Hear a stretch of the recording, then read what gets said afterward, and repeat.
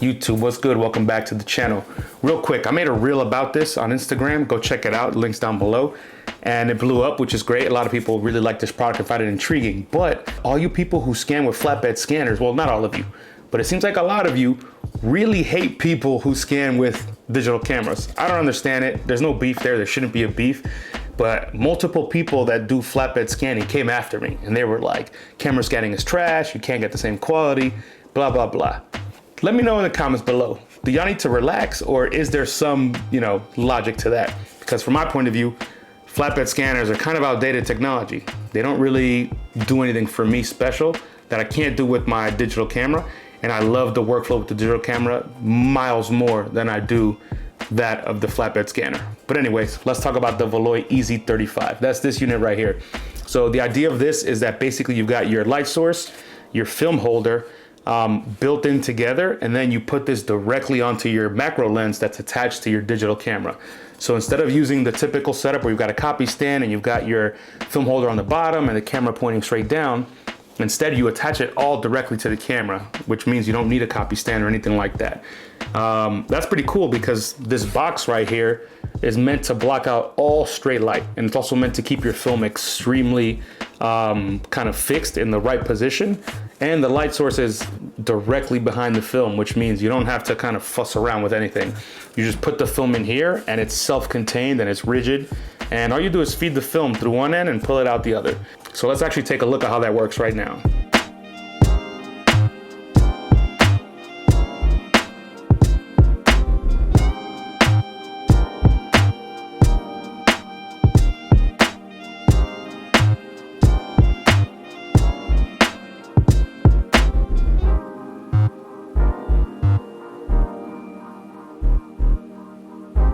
So as you see, that's pretty straightforward. Let's actually show you how to assemble this first before we talk about the camera scan itself. So we've got the holder right here. We've got our macro lens right here. And to put these two together, you actually need this right here, which is a bunch of extension tubes. All they do is create distance between the actual object you're photographing, which in this case is the film, and the minimum focusing distance of the lens. This macro lens can honestly focus at to a crazy minimum distance because it extends as far as you see here.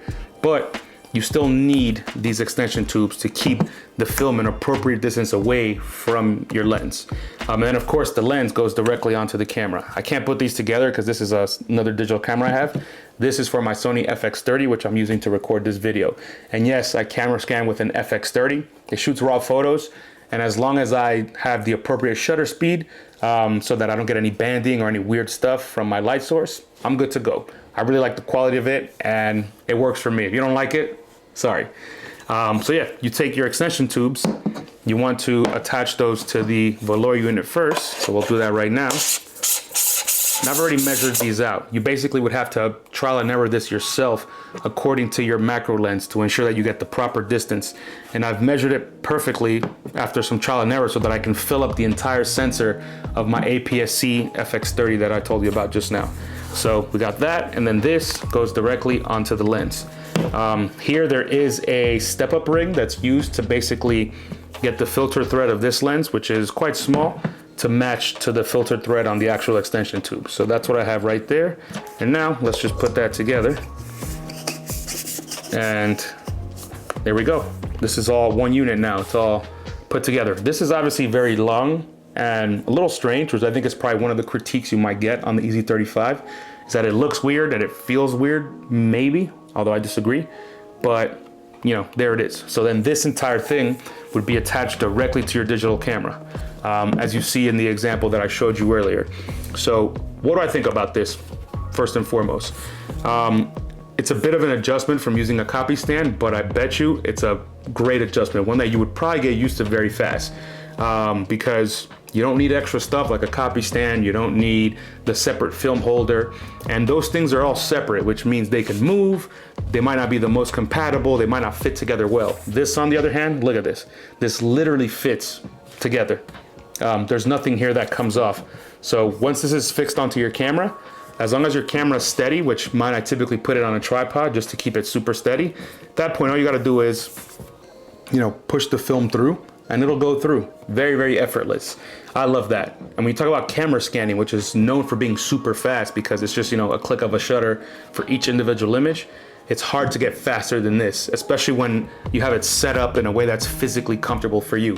So you got to do is stand there and then push the film, hit the shutter, push the film, hit the shutter. Do that 36 times for your roll of 35 and you're good to go. So that's basically what I've got here. A couple things I really like about this, other than the ease and efficiency, which I just talked about, is the actual way the film is fed through here. If you look at the holder, you see that there's this kind of symbol right here of an arrow that has a little hump. That hump actually helps the film be tight so that when you push it through, it's not just kind of on a completely flat plane. It actually bends your film slightly. It doesn't damage it in any way, but that bend creates tension, and that tension means that the middle part, the one that you're actually scanning, is as tight as possible, and allows you to get as good a focus as possible to get that perfect camera scan with all the detail that you need. So that's great. A couple other things to talk about here. This light right here, I think this is a Chinese product that was adapted to the 3D printed model that is the actual holder. It works great. This is a prototype, but it works great. This video is brought to you by the New Classic Film web store. We got the best prices on the web for the color film that you really love. Cinestill 400D, Portra 400, and of course we got our own New Classic Easy 400 black and white film. So click on the link down below and go shopping. And the cool thing about this light is that it has a temperature adjustment right here. And some people like changing the temperature based on whether they're doing slide film versus color negative versus black and white. So I won't get into that, but that's an option. And then this has a USB-C port right on the back here, which is great because this is rechargeable. So you can use it while it's plugged in, which is what I did in that video clip earlier, or you can just charge it and then you don't have to plug it in at all. That's great and makes it very, very convenient. Another thing about convenience is that this is very portable. So if you're taking with you your digital camera somewhere, and you are gonna have negatives developed somewhere, perhaps if you're going away for a month or something like that, for a long time, you can take those negatives and scan them very quickly at your location. And you don't have to bring a copy stand, you don't have to bring a separate film holder, a separate light. You don't need to bring any of that stuff. You just bring this stuff right here. Maybe you probably wouldn't carry a macro lens on you on the trip, but you would have to bring it for this, which maybe is less than ideal. But nonetheless, this is all stuff that fits in a camera bag and kind of has the shape and body of something that you could kind of slot into, you know, those slots inside of your camera rack. So very convenient, very portable, and very light. This is 3D printed, so obviously very light. The light itself, the LED light, very small, so light again. And the extension tubes, I think this is some sort of metal, but it is thin. It is durable, but it's thin. So shouldn't add too much weight. Honestly, the most heavy thing here is this macro lens. This thing's a beast. The 7 Artisan 60mm 2.8. So overall, I do recommend this. I think this might be sold out already or the campaign closed, but this is being sold, I think, on Indiegogo. I'll have the link down below, you can check it out. And Valoi kindly sent me the prototype unit after I requested one. So it's been great to use this, and for 35mm, I don't use my copy stand anymore in that whole setup. I just use this because this is very convenient. It's fast and easy. And my FX30, which I'm recording this video with, is typically out and about somewhere. So it takes less than a couple minutes to just put it all together and then start scanning very, very fast. Obviously, you have to do your conversion after the fact, but for me, that conversion, first of all, doesn't take that long. And then also the conversion is a great kind of step for you to pause for a second, assess your image, and make those edits that you need to make when scanning. Because for example, when you use a flatbed scanner, the software that you scan with, that makes the conversion for you. Of course, you can edit it afterwards, but I feel like I don't trust that, or I feel like the editing software is not as capable as something like Negative Lab Pro. So yeah. For me, this is a no-brainer. I already camera scan, and then using this makes it that much more useful. A couple kind of FAQs based off of comments I've gotten on Instagram. So they don't make this for 120 yet. I imagine at some point they probably will. I don't see why not, because you know, it's the same concept, but you just have to make a bigger aperture. But I think you would need a bigger light because, you know, medium format can be a variety of sizes. So that's kind of one key thing I've been asked about. And then pricing, check the Indiegogo down there. You'll see what the pricing was for that. After that release, they're probably gonna be selling this at large, directly from the Valoi side and from other retailers. I have no idea what the pricing is gonna be at that point. And then in terms of what cameras this works on any digital camera you got, I imagine. You just have to have the appropriate macro lens, and then you have to do the appropriate calculation for the extension tubes. So for example, if I had a full frame digital camera, which I don't, I used to, but I don't anymore, you'd probably have a different macro lens, and then thus you'd have to figure out the different extension tube distance, but it should definitely still work. My FX30 is a crop sensor, so that's smaller than a full frame, and I can get the entire sensor full with this lens and this amount of extension tube. If you have something else, for example, like a micro four thirds camera, I imagine that would work too. Same exact logic. Find your macro lens, figure out how many extension tubes, and try to fill in the entire sensor.